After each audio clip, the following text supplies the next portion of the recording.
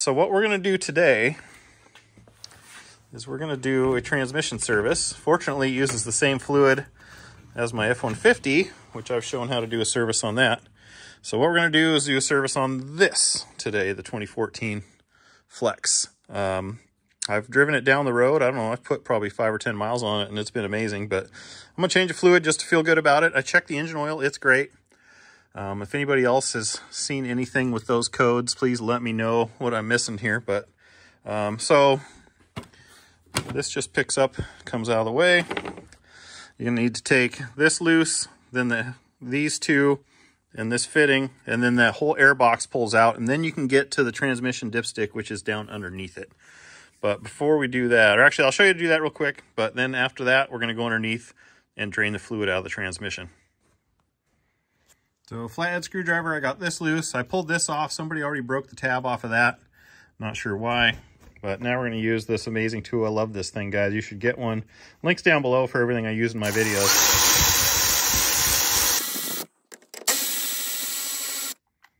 Okay, pull those screws out. Set them somewhere they won't disappear. I should use a magnet tray. I'll get that next. But now this whole thing will pull up and out of there. Once you cut it, get it loose from here. I'll show you.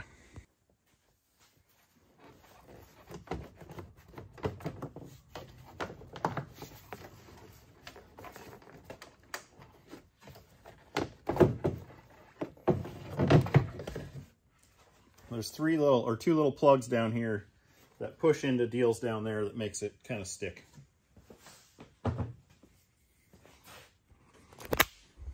So there's the transmission. This is the dipstick, which actually, you point the arrow kind of back, the notches line up, and you can see it actually has something you can read on it. But the arrow's got to be in just the right spot to go down. You see that? So that's where you're going to put it in to check it. But anyways, next step, we're going to go underneath and drain it. All right, so on the underneath side of mine is this pan. We're going to have to get that out of the way. You can see there's a little clip in here, but something cool Ford did on these, it's got these little twists. So you go along, there's one here, one there in the back, another one back there. Then this piece will come down and you can just tip it back and get it out of the way.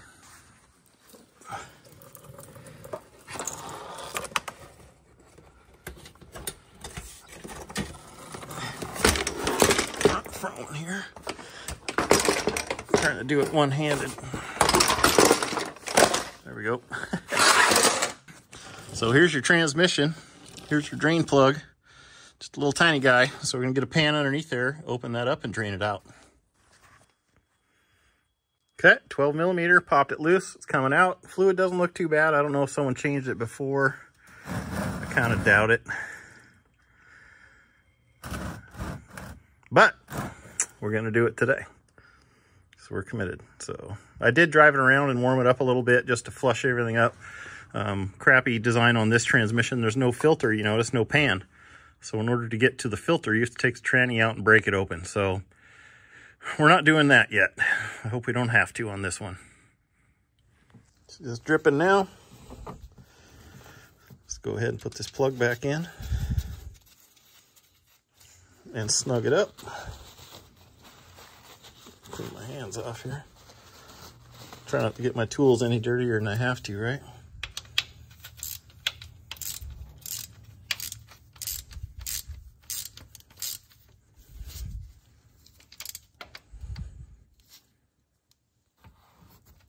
Okay, good enough. Clean it off, make it look like new. That way you can tell if it ever does start leaking. You can inspect it. So since that doesn't really seal, probably wouldn't hurt to put some pipe tape on there or something. There wasn't any when it came out though, but anyway, that's it for down here other than putting the shield back on, but I'm gonna wait till after we fill it with fluid, make sure nothing's leaking. All right, back up top, we're gonna start filling it up with our Mercon LV. Now I know mine takes Mercon LV because it says it right there on the cap. Now, if you look down in here, kind of a funky thing. So And from what I've read, you got to pour it really slow. So I've got this funnel with a long tube that it's not going to allow me to pour it very fast, which apparently is a good thing. Get it propped up there. Anyways, I'll get it propped up there so it stays somehow and get to filling. But that's what you're going to have to do. You're going to have to go slow. I guess if you pour it too fast in there, it'll burble out and like go all over the place. So something to be wary of. Yeah. So, and I want to note too, this car is 122,000 miles. No clue on its history. I haven't done a Carfax or anything, but yeah, so, but we're going to do it just because of the tranny codes and other things. And by the way, I buy this fluid here on Amazon, so I got a link down below so you can get some as well. But from what I've seen, you just want to trickle it in there. I use this funnel specifically with the small hose on it because you can't pour it too fast.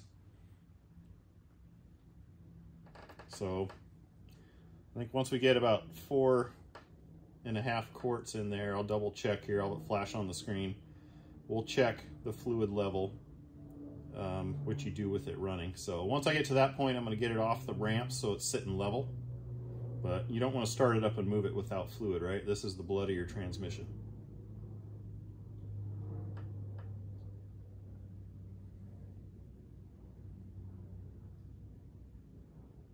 It's going to take a little while to get through 4 of these. I can tell you that right now.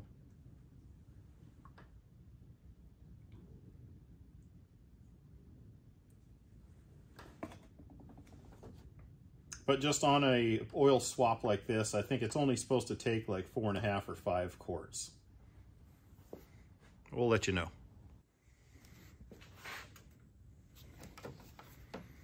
Something to note, guys, on these transmissions, since you can't take the filter off when you do a service, you guys should be changing your fluid, you know, like every 30,000-40,000 miles.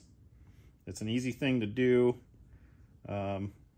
This fluid is expensive, but that transmission costs a whole lot more than the fluid does.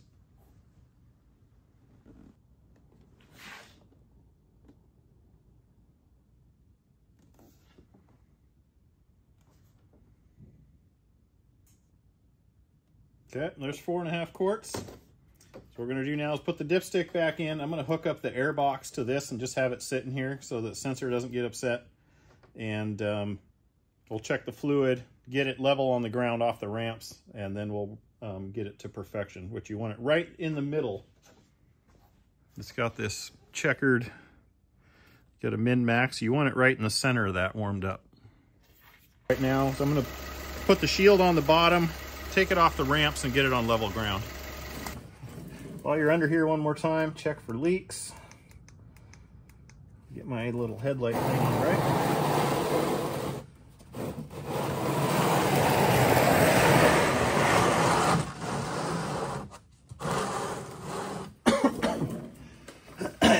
This should be fun. So yeah, nice and dry, everything looks great. Get this shield up in here.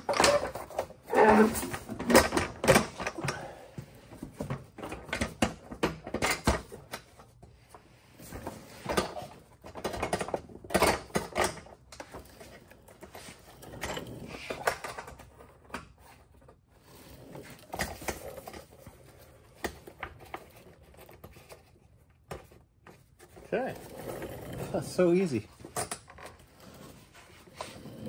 Double check them all. Okay, let's go ahead and get it off these ramps and get her sitting level.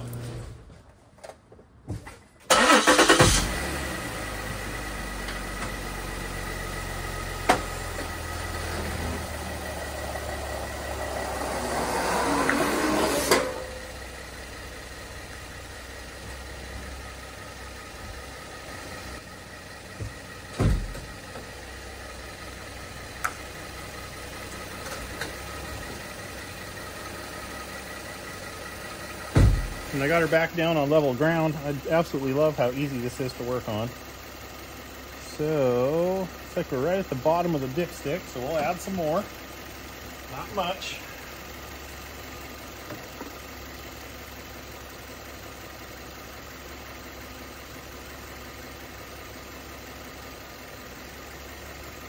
kind of want to sneak up on it. You don't want to add too much and get too full. But what we're going to do here is we're going to try to get to the bottom of that crosshatch there. This is focusing. So I'm going to get it right to the bottom of that crosshatch. And then we're going to go for a test drive, get everything up to operating temps, and we want it right dead center in the middle when we're done. Okay, we added a little bit more. Got it to where I like it. You guys can see on there, it's right. Looks like it's right at the bottom of the crosshatch. So what we're going to do now is we're going to put the air box back in place and go for a test drive around the block, get her up to operating temps. Then we'll come back in, pull the air box, and check the fluid level.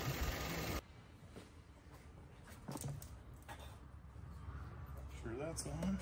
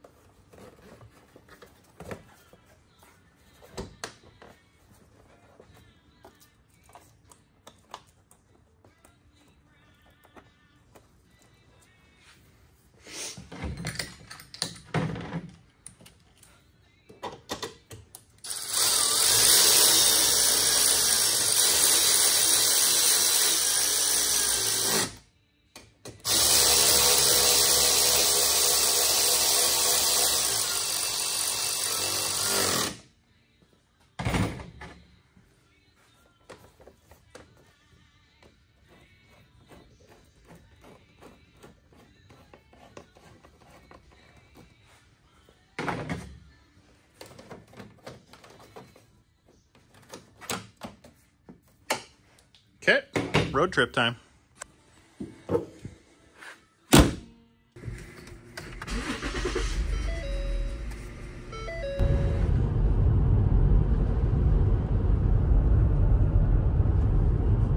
Just kind of going around the block, probably a couple 3 miles, then we'll pull back in the shop and check it.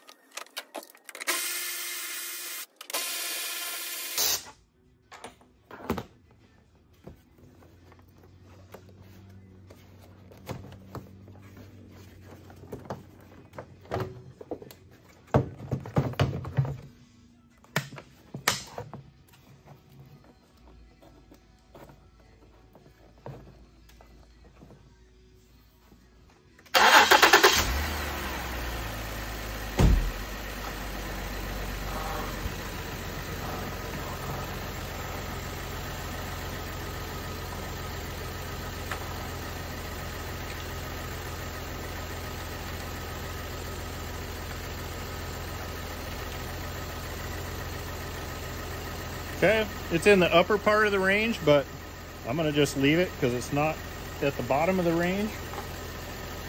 So good enough for me. I may check it someday if I go on a longer drive just to double check, but that works. So now we'll go ahead and put the air box and stuff back on. Make sure the cap is on.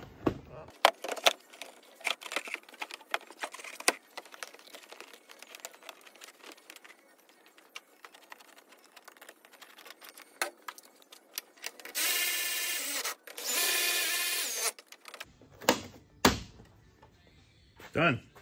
Like, comment, subscribe. Check out the links down below if you need some fluid or air filter, whatever. So appreciate you guys watching this. Hope some of you found it useful. And we'll catch you on the next one. Thanks for watching.